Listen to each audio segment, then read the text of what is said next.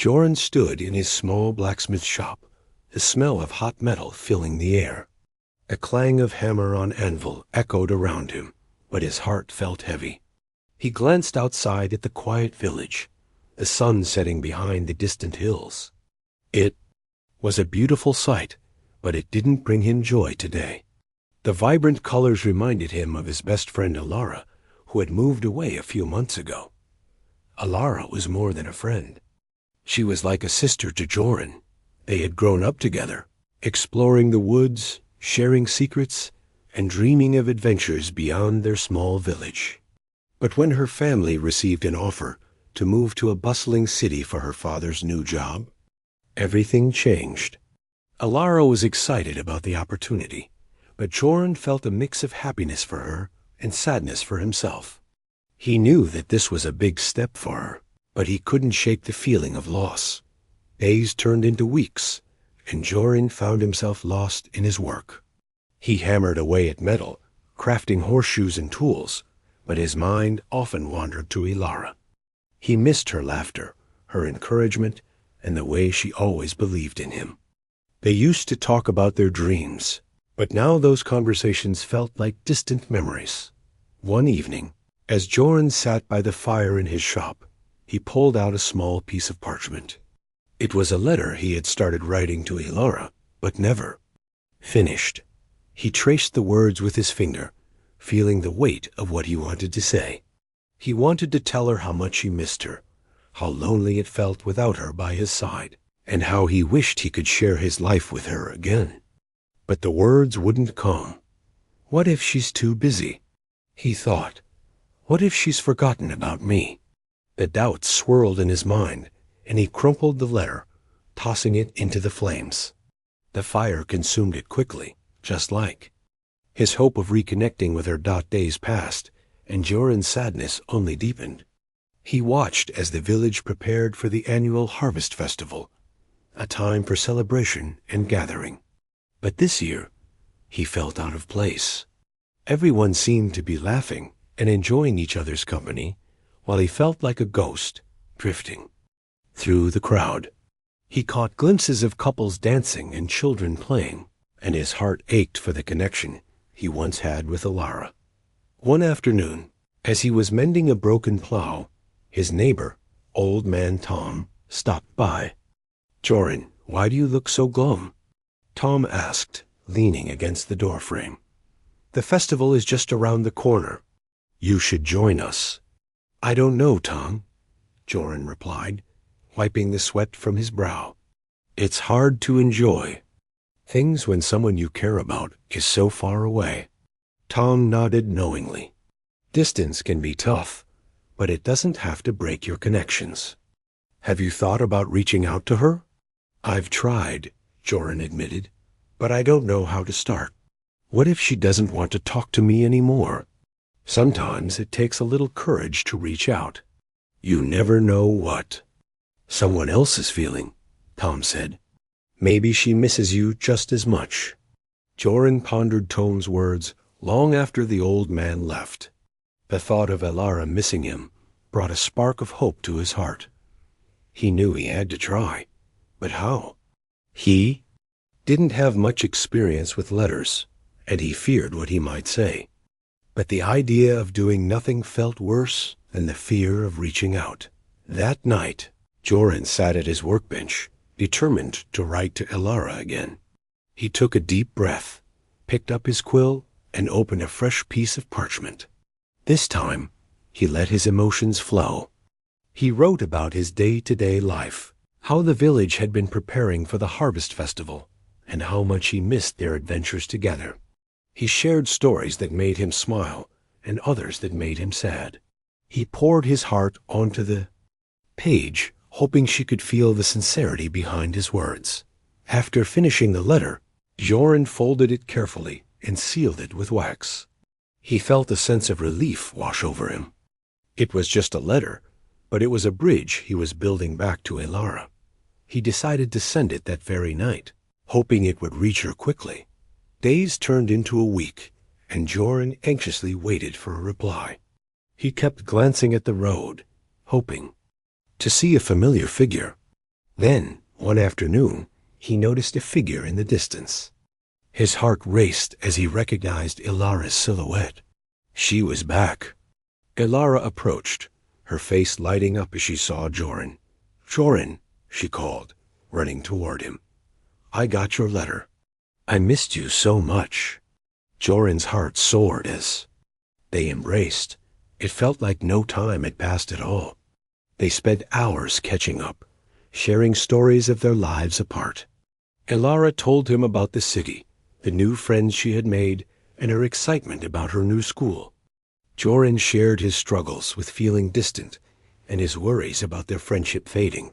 "I was so afraid you wouldn't want to talk to me anymore," he confessed, his voice trembling. "I didn't know how to reach out." Ilara smiled warmly. "I missed you every day. I was worried you'd forget about me. Your letter meant the world to me. It reminded me that no matter the distance, we're still connected." As they talked, Joran realized that their bond was stronger than any physical separation. They shared their dreams once more, and Joran felt a renewed sense of hope. They promised to stay in touch, no matter where life took them. The harvest festival came to life with their laughter and shared stories, as if Ilara had never left. Joran felt lighter, as if the burden of distance had been lifted. He knew that even though they lived apart, they could still forge a connection that would endure. In that moment, Joran understood that while life could be hard and distance could feel like a broken blade, it was possible to forge something beautiful from even the most fragile pieces. Together, they would continue to create a story that would change everything, a story of friendship, hope, and the unbreakable bond they shared. And so, with a heart full of joy, Joran realized that what he had forged from his broken feelings was not just a connection to Ilara, but a renewed sense of purpose and strength within himself.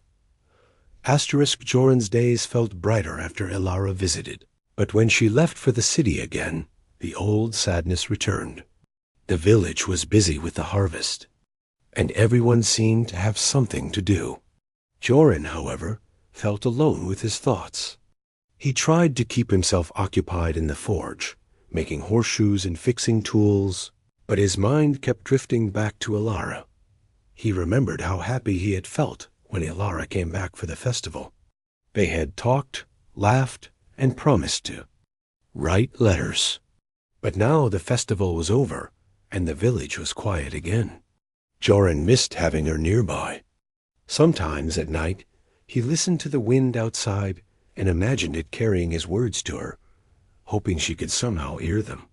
One morning, as Joran was cleaning up his workbench, he noticed something strange.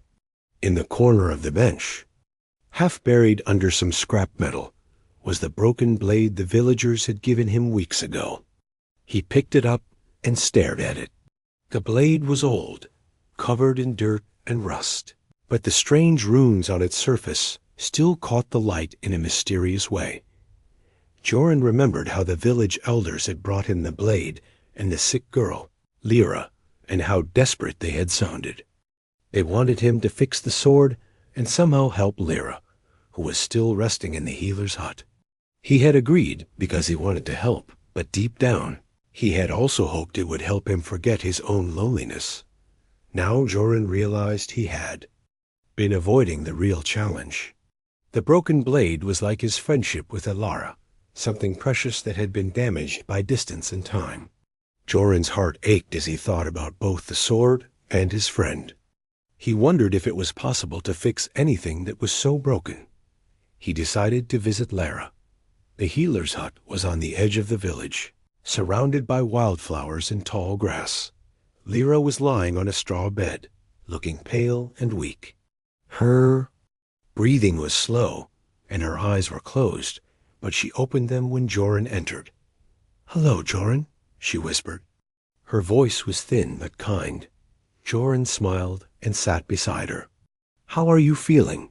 Lyra shrugged. "Tired, but I dreamt about the sword last night. I dreamt it was whole again, and it was shining like the sun. I wish you could fix it." "Joran," looked at the blade in his hand. "I don't know if I can," he admitted honestly. "It's old and broken, just like—" He stopped, not wanting to say more. Lyra looked at him gently. "Like what?" Joran hesitated, then told her about Alara.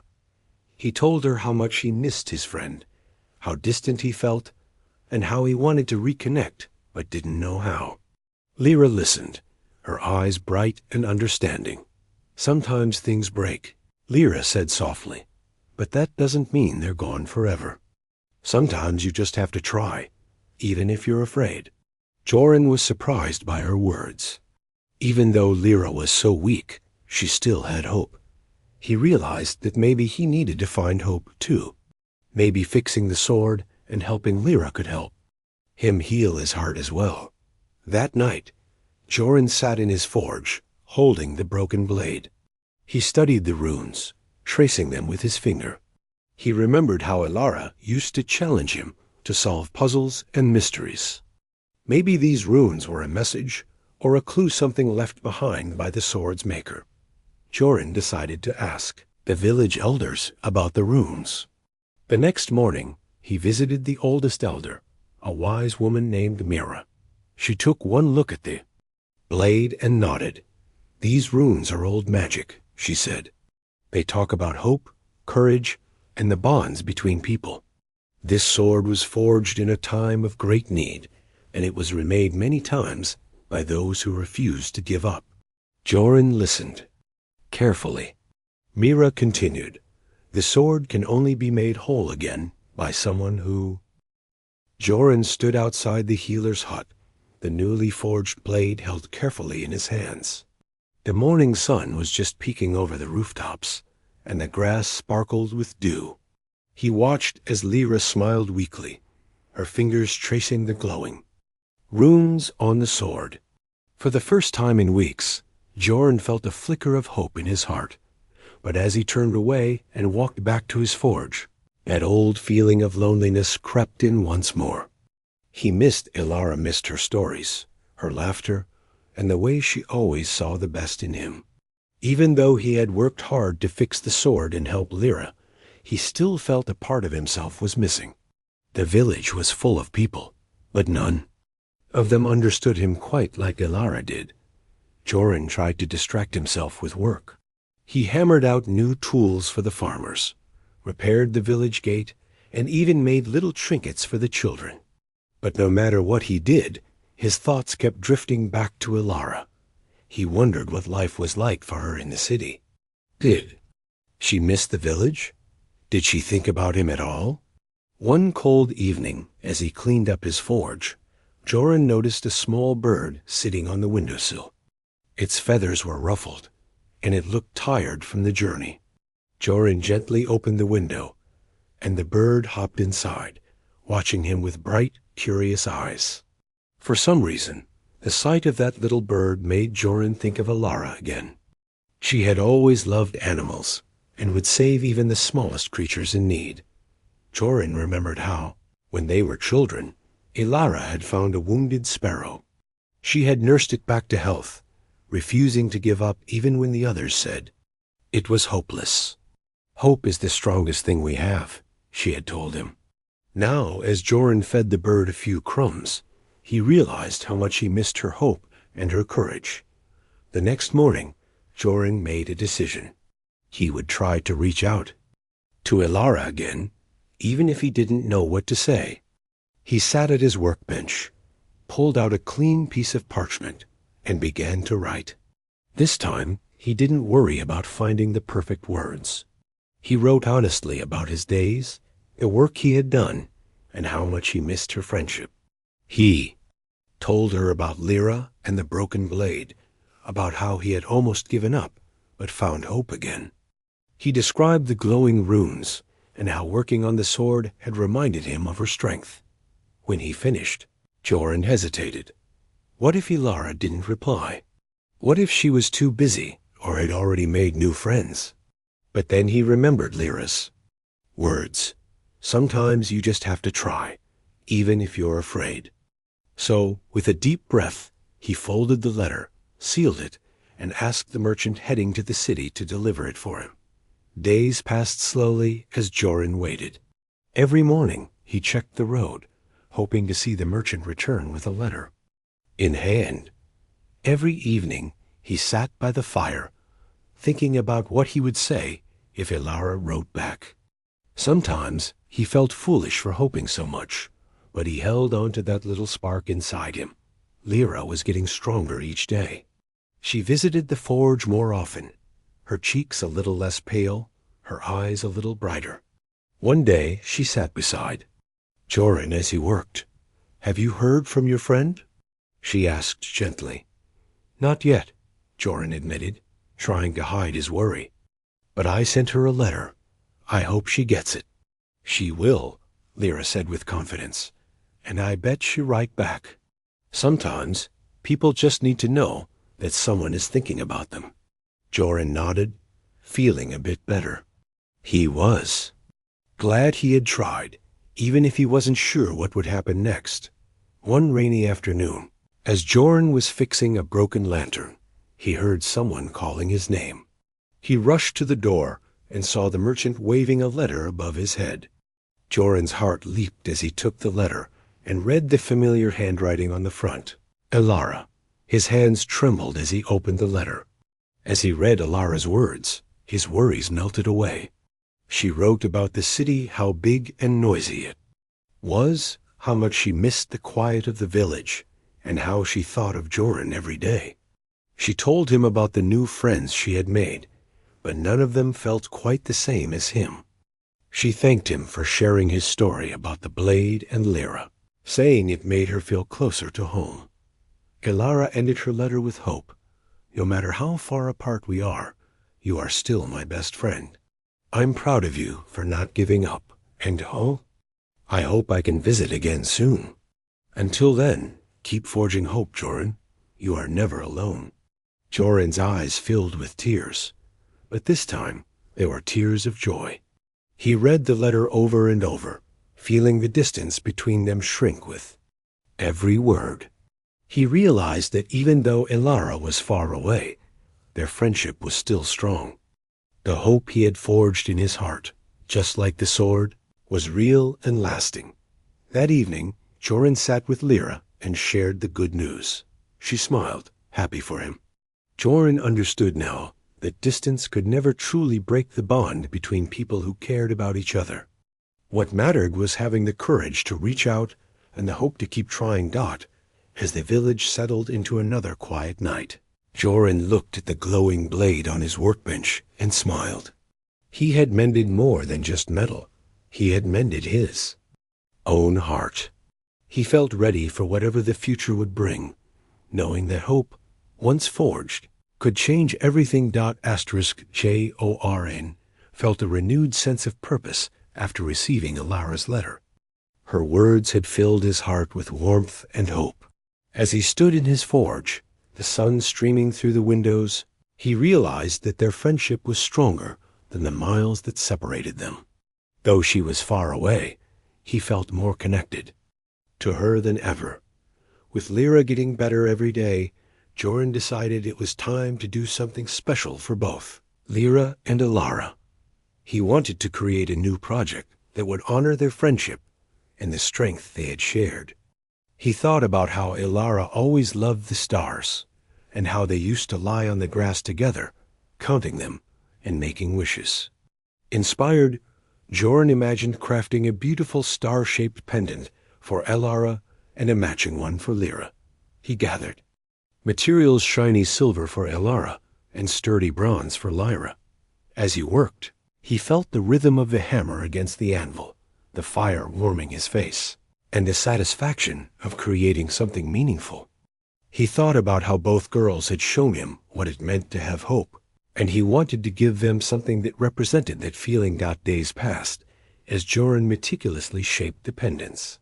He etched tiny stars and moons into the metal, adding delicate details that reminded him of nights spent with Elara. He poured his heart into each piece, thinking of Elara's laughter and Lyra's determination. The forge was filled with the sounds of creation, and each strike of the hammer felt like a step toward reconnecting with both of them. When the pendants were finally finished, Joran admired his work. They were beautiful, shining in the light, and he hoped they would bring joy to Alara and Lyra. But how could he send them? The merchants could take his letters, but sending something precious felt different. He needed to find a way to ensure they reached their recipients safely.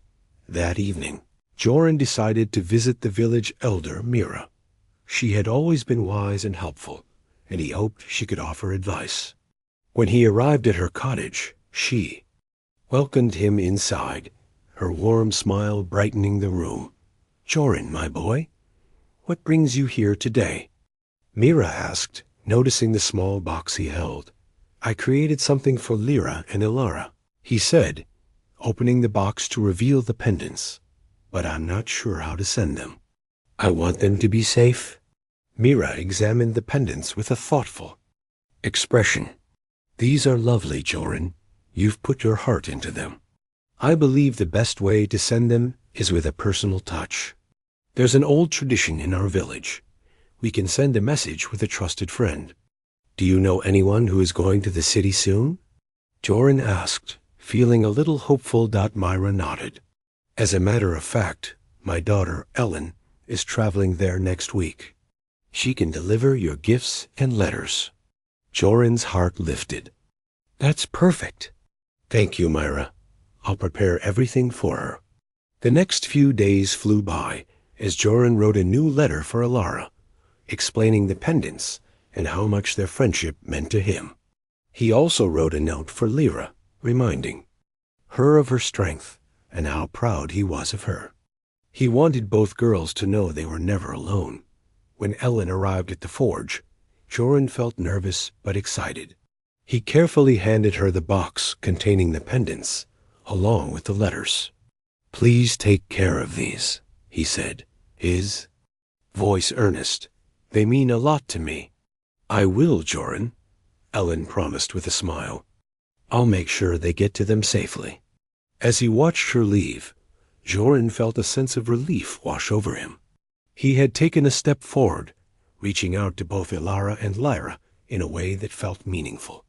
Now, all he had to do was wait.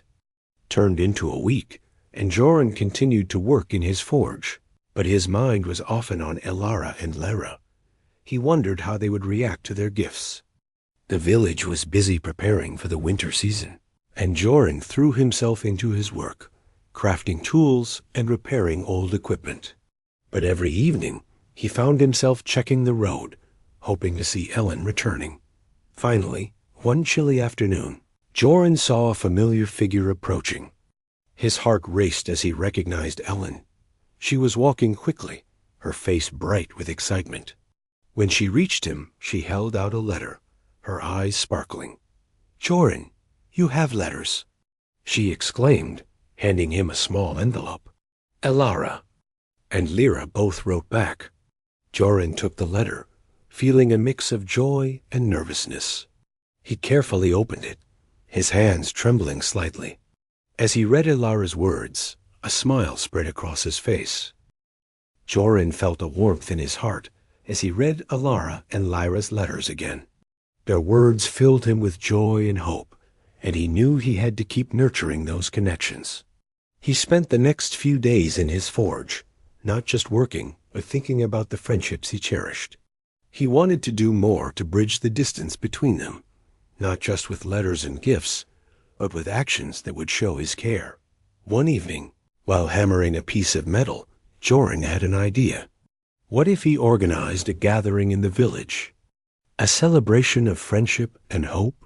He could invite everyone, but especially Alara and Lyra, to come together and share their dreams and stories.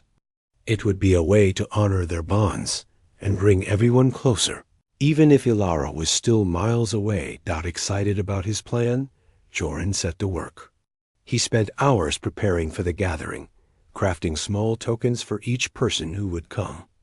He made little star-shaped charms similar to the pendants he had given to Alara and Lyra, each one engraved with a word: hope, friend, courage. He believed these words would remind everyone of the strength they shared. With the charms ready, Joran went to see Mira, the village elder. He explained his idea for the gathering. "I want to celebrate friendship and hope," he said. "Will you help me invite everyone?" Mira smiled, her eyes twinkling.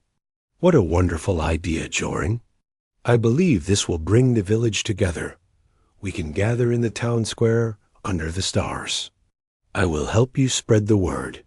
The next few days were filled with excitement as the villagers learned about the gathering.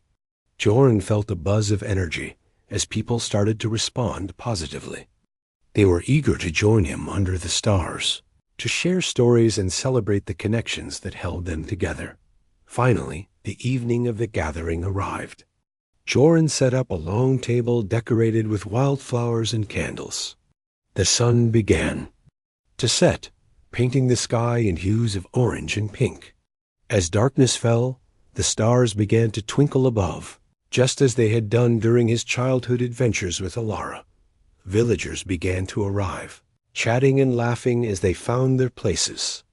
At the table, Joran felt a mix of excitement and nervousness. He wanted to make this a special night for everyone. As he looked around, he saw familiar faces, friends he hadn't seen in a while, and new people he had yet to meet. They all came together, united by the spirit of friendship. As the gathering commenced, Joran stood up to speak. "Thank you all for coming tonight," he began, his voice steady.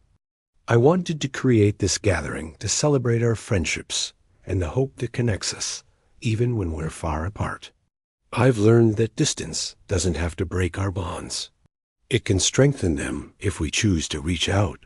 He looked out at the crowd, feeling the warmth of their smiles.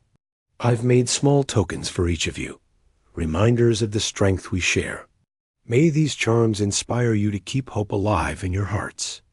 After his speech, Joran handed out the star-shaped tokens, watching as each person received one with gratitude.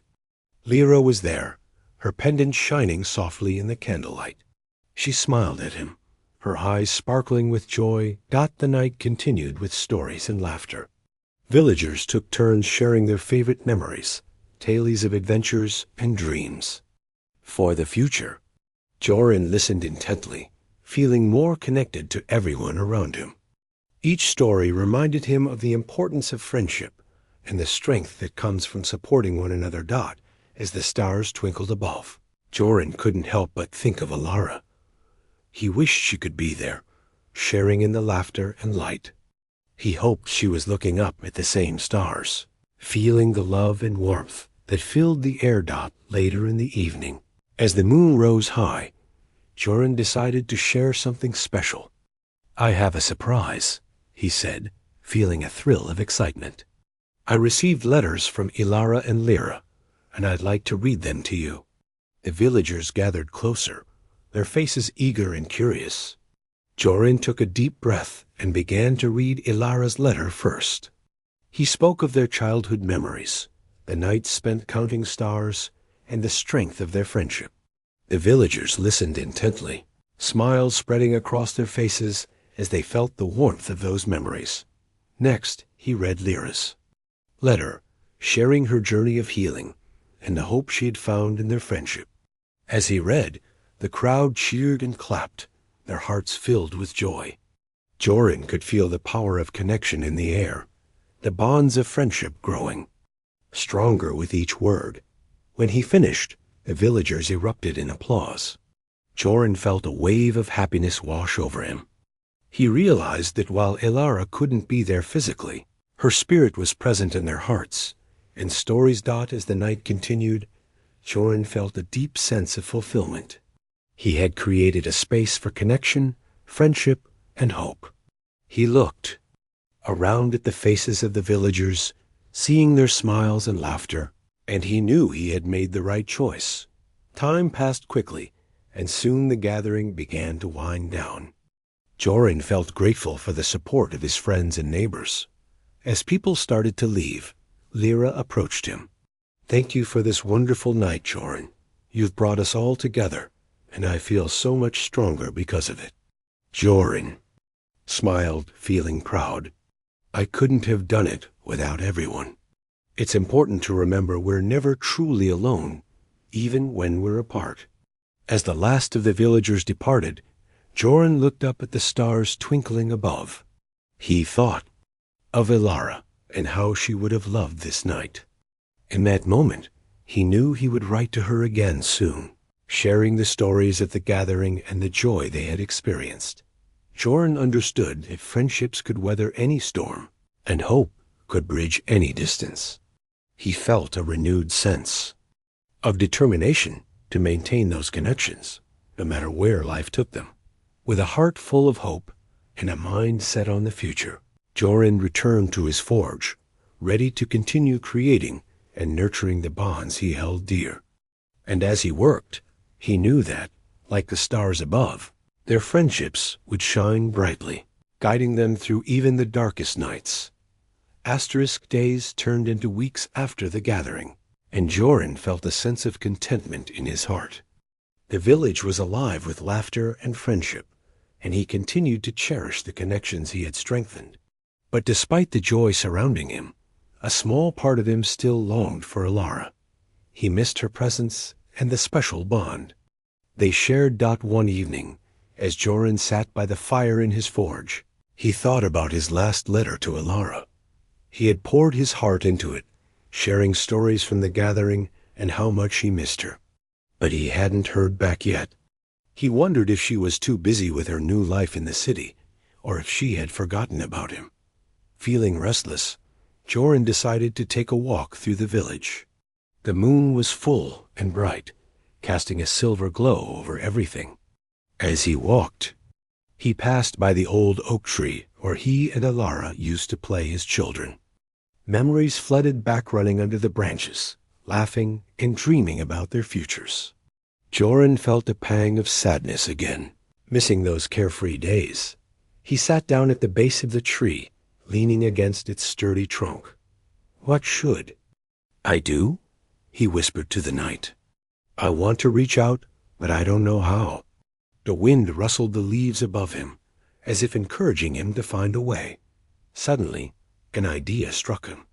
What if he sent Ilara something more than just a letter? He could craft something special, something that would remind her of their friendship and the good times they had shared. He would create a small charm that captured the essence of their connection. Excited by the idea, Joran hurried back to his forge. He gathered materials, shiny silver and colorful stones. He wanted to make something beautiful and unique, just like their friendship. As he worked late into the night, he thought about all the memories they had created together. Each strike of his hammer was filled with love and hope. The next day, the charm was finished. It was a small silver star, with a tiny blue stone set in the center. It sparkled in the light, reminding Joran of the stars they used to count together. He carefully placed it in a small pouch, along with a fresh letter, and sealed it with a wax stamp. Feeling a mix of excitement and nervousness, Joran decided to visit Mira again. He wanted to ask her if she could help him send the charm to Ilara. When he arrived at her cottage, he explained his plan. Myra, I made this for Ilara, he said, holding up the pouch. I want her to know I'm thinking of her and that our friendship still matters to me. Myra smiled warmly. This is a beautiful gesture, Joran. I believe she will appreciate it very much. I can arrange for my daughter Ellen to take it with her next time she visits the city. Thank you, Myra. That would mean a lot to me, Joran replied, feeling relief wash over him. He handed her the pouch and watched as she promised to take care of it. With a sense of hope, Joran returned to his forge. He knew he had done something meaningful, but he still felt a bit anxious. What if Ilara didn't respond? What if she had moved on with her life? But deep inside, he knew he had to try. Their friendship deserved that effort. Days turned into another week, and Joran stayed busy with his work. He crafted tools and repaired things for the villagers, but his thoughts often drifted to Ilara. He wondered how she was doing, and if she had received his charm. Finally, one sunny afternoon, Ellen returned from the city. Joran was at the forge, hammering away at a piece of metal when he heard a familiar voice call out, "Joran, I have something for you." Ellen entered the forge, her face beaming with excitement.